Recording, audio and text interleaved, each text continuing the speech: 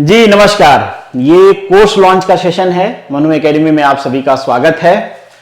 Course अगर आप bye करने वाले हो तो भी आपको ये वीडियो देखना चाहिए। अगर कोर्स नहीं बाय करने वाले हो तो भी आप ये देख लीजिए, कुछ ना कुछ आपका हेल्प होगी। मैं कुछ चीजें ऐसी आपको बताऊंगा कि अगर आप सेल्फ स्टडी भी कर रहे हो तो प्लान कर पाओ। अगर कोर्स बाय कर रहे हो तब तो आपको देखना ही चाहिए कि भाई क्या क्या करने वाले हैं, कैसे करने वाले हैं, आपको बाय करना चाहिए नहीं करना चाहिए। डिसीजन तो यहीं से आएगा।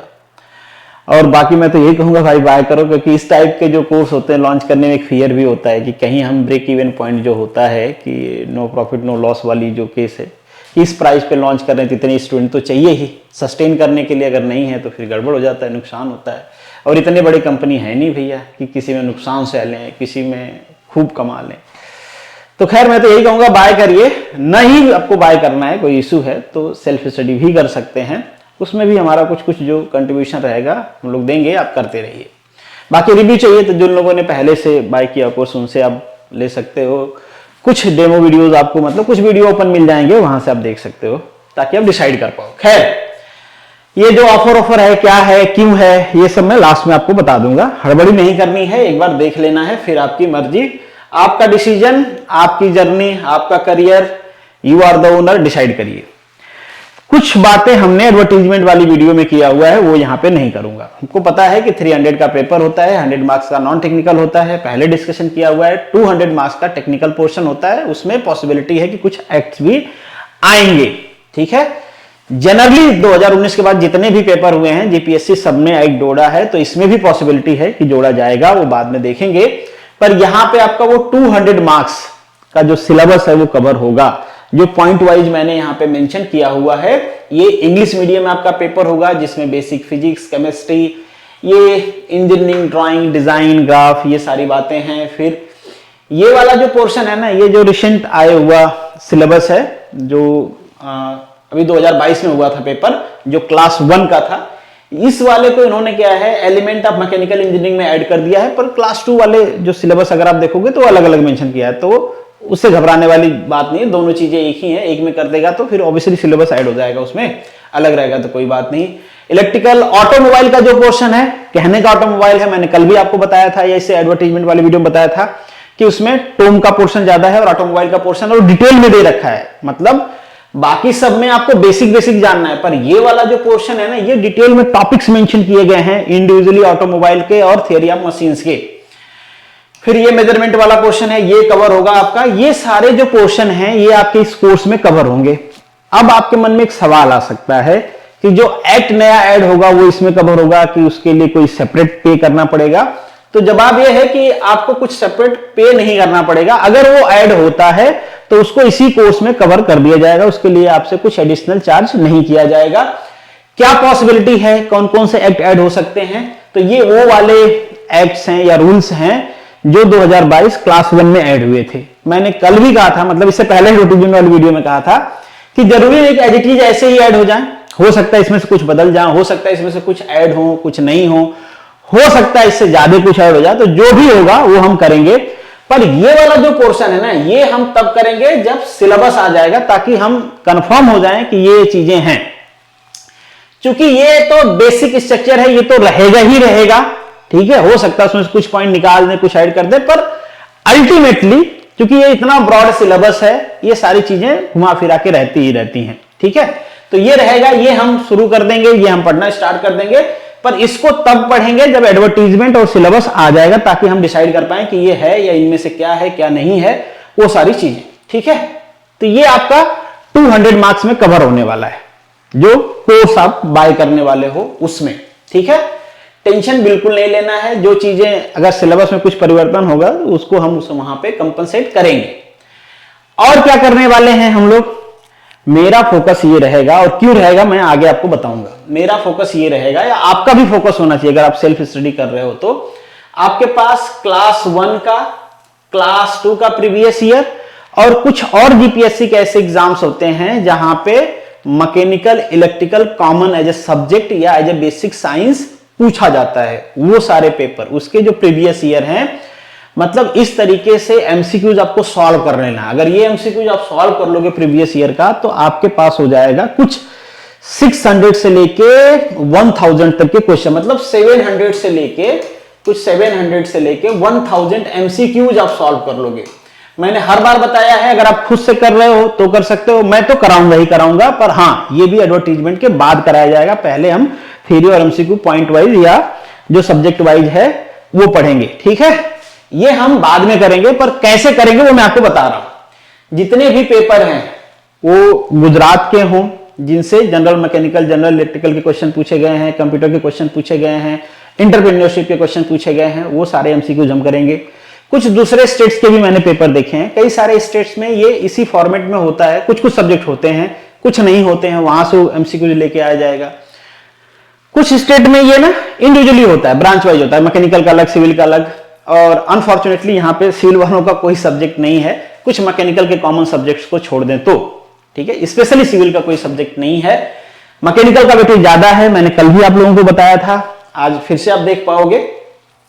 तो ये हम वैसे करेंगे, हम लोग कोशिश करेंगे कि भाई फंडामेंटल के साथ जो क्वेश्चन पूछा गया है वो उसका फंडामेंटल क्यों आपको समझना है वो मैं आगे समझाता हूं, वो हम सॉल्व करेंगे। फिर टॉपिक वाइज टेस्ट सीरीज होगी आपकी, कंबाइंड टेस्ट सीरीज होगी, पर यही 200 मार्क्स की होगी आपकी टेस्ट सीरीज जो होगी। इंडिविजुअल टॉपिक दिया, जैसे कि element of physics and chemistry दे रखा है तो उसका टेस्ट सीरीज हो जाएगा। फिर नीचे जितने भी ऐसे टॉपिक्स हैं आपके 18 टॉपिक अगर आते हैं अभी रिसेंट सिलेबस के हिसाब से, टोटल 18 टॉपिक्स हो जाएंगे, उन सबका इंडिविजुअल टेस्ट सीरीज होगी, फिर कंबाइंड टेस्ट सीरीज होगी, ताकि आप प्रैक्टिस कर पाओ, ठीक है। और जो लोग इससे पहले कोर्सेज में हैं उनको आइडिया होगा कि किस तरीके से होता है। अब ये सब प्रैक्टिस हम क्यों करेंगे, या फिर आप कोर्स में नहीं हो तो आपको क्यों करना चाहिए। देखिए, मैंने आपको कल टारगेट बताया था कि आपको किसी भी तरीके से 150 प्लस अचीव करना है, ये तो मिनिमम टारगेट है हमारा। जितना ज्यादा, जैसे 160 चले गए आप, 160 प्लस चले गए, तो मतलब आपकी श्योरिटी है कि आपको इंटरव्यू का कॉल आएगा। वो मैं क्यों कह रहा हूं, समझिए उस बात को, और ये लाना बहुत मुश्किल भी नहीं है। पहली चीज कि ये जो मैंने ये कैटेगरी बांट रखी है, और आप एनालाइज करोगे तो भी मैंने 7-8 पेपर जो इस टाइप्स के होते हैं जीपीएससी में, जिसमें अलग अलग इंजीनियरिंग ब्रांचेज एलिजिबल होती हैं और उनका पेपर कंबाइंड होता है, उनको एनालाइज करके मैं ये बता रहा हूं कि क्या पैटर्न जीपीएससी फॉलो करती है, या उनके जो एक्सपर्ट क्वेश्चन बनाने वाले हैं उसमें किस तरीके का दिखता है। ये पहला होता है रिपीटिशन ऑफ क्वेश्चन, या फिर ये तो बहुत फॉर्चुनेट होगा रिपीटेशन हो गया तो, और या तो सेम फंडा पे थोड़ा बहुत ऑप्शन चेंज करके या क्वेश्चन की लैंग्वेज चेंज करके क्वेश्चंस आते हैं। कितने आते हैं बताता हूं। कुछ होते हैं रैंडम क्वेश्चन। रैंडम क्वेश्चन क्यों कह रहा हूं मैं, ये थोड़ा ज्यादा होता है तो अभी बताता हूं। पहले रैंडम को देख लो। जो रैंडम क्वेश्चंस होते हैं, रैंडम मतलब जैसे मान लो आपको एलिमेंट ऑफ इलेक्ट्रिकल पूछ दिया, उसमें नियर अबाउट इलेक्ट्रिकल के सारे टॉपिक्स डाल दिए हैं वो। अब इलेक्ट्रिकल तो पूरा एक इंजीनियरिंग, उसी तरीके से मैकेनिकल के सारे टॉपिक्स डाल दिए। अब मैकेनिकल इंजीनियरिंग पूरा 4 साल का एक कोर्स है, क्या ये पढ़ा जा सकता है इतने मार्क्स के लिए? तो उनको एक किसी से 30 नंबर, 40 नंबर या 50 नंबर जो भी पूछना है, या 35 नंबर, 25 नंबर, अब इतने सारे टॉपिक्स हैं तो चांसेज होता है कि कुछ रैंडम पिक हो जाते हैं, कहीं से कुछ क्वेश्चन उठा लिया डाल दिया, ठीक है, रैंडम है, वो ऑर्गेनाइज नहीं होते हैं। रैंडम में ये भी हो सकता है कि आपने पहली बार ये क्वेश्चन देखा, यार ये कहां से आ गया, कहीं रिलेटेड मिल गया, उनको कुछ और डाल देते हैं, रैंडम नेचर के होते हैं। या आपने सोचा नहीं कि यार इतना कॉमन सब्जेक्ट है तो बेसिक चीजें पूछेगा, हो सकता है वो बहुत इनर लेवल का पूछ ले, मैकेनिकल से हो सकता है इलेक्ट्रिकल से बहुत इनर लेवल का क्वेश्चन पूछ ले, जो कि प्रेडिक्शन आसान नहीं है उसका, और चांसेज होते हैं कि उसमें आप भटक जाओगे, मतलब गलत भी हो सकता है, या बहुत डीप में आप नहीं पढ़े हो तो नहीं सही कर पाओगे। इस टाइप के क्वेश्चंस होते हैं। इनकी संख्या कितनी होती है भाई? इनकी संख्या हो सकती है 30 से लेके 35 तक, बहुत ज्यादा नहीं होते हैं ये, इससे कम भी हो सकते हैं, पर मैं मैक्सिमम बता रहा हूं कि इससे ज्यादा नहीं रहते हैं, ठीक है, आउट ऑफ 200। अब आते हैं न्यू क्वेश्चंस। न्यू क्वेश्चन की संख्या होती है 20 से लेके 25 तक। न्यू क्वेश्चन कहने का पर्पज ये है कि थोड़े से आपको लगेंगे कि यार कुछ नई टर्मिनोलॉजी आ गई, या नया क्वेश्चन फ्रेम हो गया, या क्वेश्चन बनाने के तरीका बदल दिया उन्होंने। जैसे कि आजकल चल रहा है ना, एसरेशन रिवीजन का डाल सकते हैं क्वेश्चंस, वो मल्टीपल टाइप चॉइस डाल सकते हैं, या फिर फिल इन द ब्लैंक्स डाल दिया। इस टाइप के अगर कुछ वो करते हैं तो generally fill in the blanks तो इसमें करते नहीं है, पर हाँ मल्टीपल चॉइस मतलब 1 2 3 सही है, 2 3 सही है, 2 4 सही, इस टाइप के डाल देते हैं वो जब क्लास 2 क्लास 1 के एग्जाम्स होते हैं, और एसरेशन रीजन वाला वो डाल देते हैं, तो उस टाइप की पॉसिबिलिटी होती है। तो थोड़ा वो नया टाइप का क्वेश्चन हो जाता है कि आपको फंडा क्लियर रहता है तभी आप कर पाते हो। तो ये क्वेश्चन की संख्या होती है 20 से लेके 25, तो मतलब ये हो गया 50।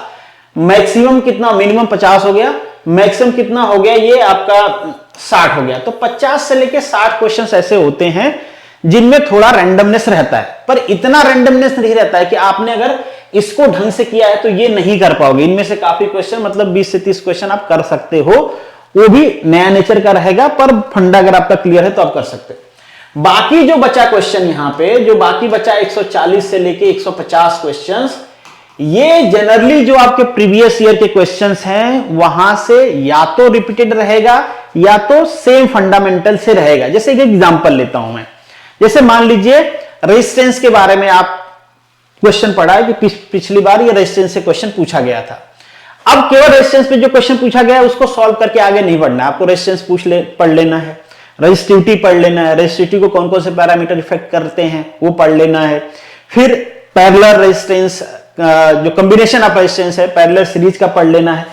तो ये मेरे कहने का मतलब है कि अगर कोई टॉपिक आप पढ़ रहे हो उसका फंडा भी आपने पढ़ लिया तो चांसेस होंगे कि आप ये पूरा जो आपका बल्क ऑफ द क्वेश्चन है किसी भी एग्जाम का, जो इस टाइप के पैटर्न फॉलो करते हैं, आप कर पाओगे।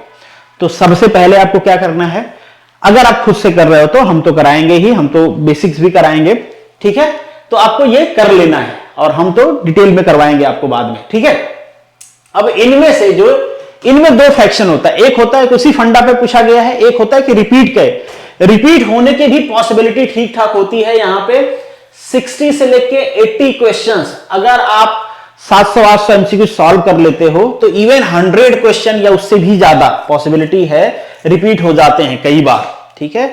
मिनिमम ये तो मैं बता रहा हूं कि 60 से 80 तो रिपीटेशन रहता ही रहता है। अगर आपने उतने क्वेश्चन सॉल्व किए हैं तो आपको सेम क्वेश्चन मिल जाएंगे, you just tick out and move forward बहुत आसानी से। इवन दो कि सेम ईयर में जीपीएससी पेपर करवाती है और सेम डिपार्टमेंट का पेपर है, उसमें भी आगे पेपर हुआ और दूसरा कोई पेपर हुआ क्लास 2 क्लास 1 में ऐसे हुआ, तो आप देखोगे कि उसमें भी रिपीटेशन आ जाते हैं और वो आते ही हैं, ठीक है।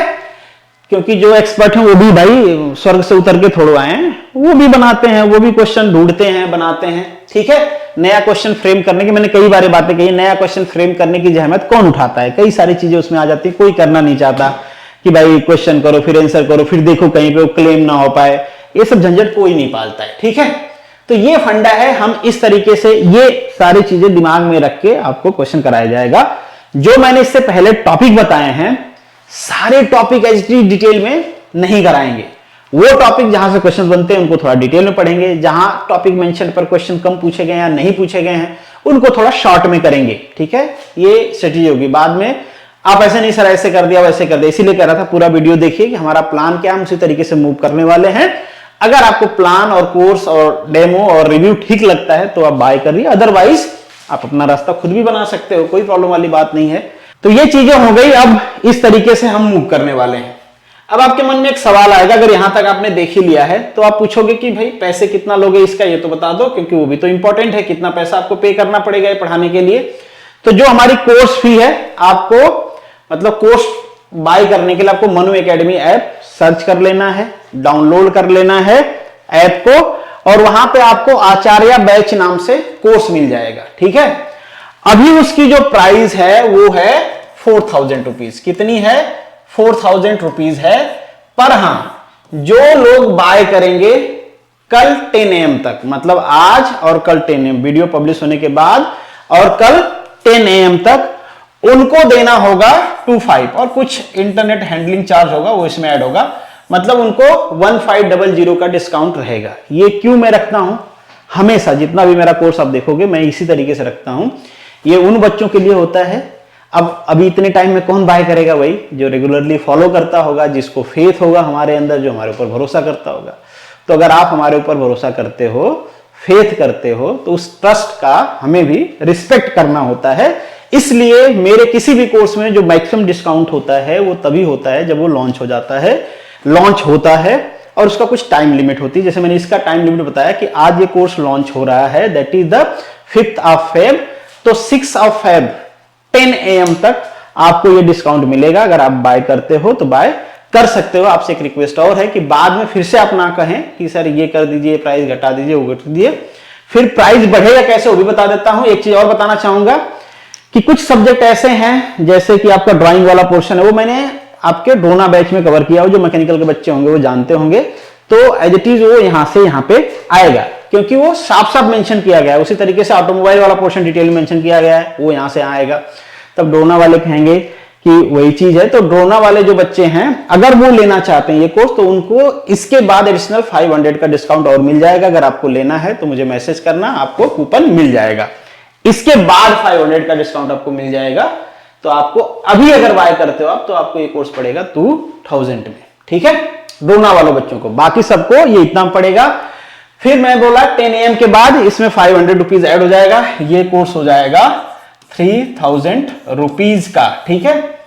अगले एक दिन तक ये चलेगा, मतलब 6 के 10 AM से लेके नेक्स्ट 7 के 10 AM तक ये रहेगा। उसके बाद इसका प्राइस जो होगा 500 और इंक्रीज हो जाएगा। फिर उसके बाद 500 इंक्रीज होगा तो बराबर हो जाएगा। तो ये सीन है, ये बस इसी सीक्वेंस में रखा गया है कि जितना जल्दी आप हमारे ऊपर भरोसा दिखाएंगे या आपको बाय करना होगा, जितना जल्दी डिसीजन लेंगे उतना आपको प्रॉफिट मिलेगा। तो होप सो कि हम मिलके ऐसी टीम बन जाएंगे कि ये कोर्स हमारा सक्सेसफुली रन हो, और जितना मैक्सिमम एफर्ट हो सकता है आपके सिलेक्शन में वो मनु एकेडमी की तरफ से डाला जाएगा। आपका भी अगर कोई सजेशन रहेगा, बिल्कुल अगर जायज सजेशन रहेगा उसको भी फॉलो किया जाएगा। वो सब हम आपका ऑटोमेटिकली ग्रुप बन जाता है कोर्स बाय करने के बाद, उसमें कर लेंगे, ठीक है। 3 इंपॉर्टेंट पॉइंट और आप सुनते जाइए कोर्स के बारे में। एक ये कि यहाँ पे रिकॉर्डेड लेक्चर्स होंगे, ठीक है। आप उस पर कोई रिस्ट्रिक्शंस नहीं है, वीडियोस पे आप जितनी बार चाहो उतनी बार देख सकते हो, बट उसको आप अपने इंटरनल मेमोरी में सेव नहीं कर पाओगे। कोर्स में मतलब ऐप पे आप उसको ऑफलाइन कर सकते हो, और जब तक कोर्स का एक्सेस है आपके पास तब तक आप जितनी बार चाहो उतनी बार उसको देख सकते हो। जिस फॉर्मेट में आपको पढ़ाया जाएगा उसी फॉर्मेट में PDF फाइल वहां पे अपलोड कर दिया जाएगा। आप उस PDF फाइल को डाउनलोड कर सकते हो इंटरनल मेमोरी में और प्रिंट कर सकते हो। तीसरी इंपॉर्टेंट बात जो मैंने MCQ का किया है, MCQs आपको A4 साइज में जब कराए जाएंगे उस टाइम पे MCQs और A4 साइज में आंसर के साथ वो आपको मिल जाएंगे, ताकि लास्ट में आप रिवाइज कर पाओ उसको आसानी से। और ऑब्वियसली उसका वीडियो सोल्यूशन आपको ऐप पे मिल जाएगा, और वो वैसे ही जैसे कि रिकॉर्डेड वीडियो है उसी फॉर्मेट में वो रहेगा, ठीक है। ये पॉइंट बताना इंपॉर्टेंट था आपके लिए। चलिए, तो this is the end of this video. Thank you so much for watching this. चलिए मिलेंगे नेक्स्ट वीडियो में या नेक्स्ट किसी डिस्कशन में। तब तक के लिए all the best, good luck and जय हिंद।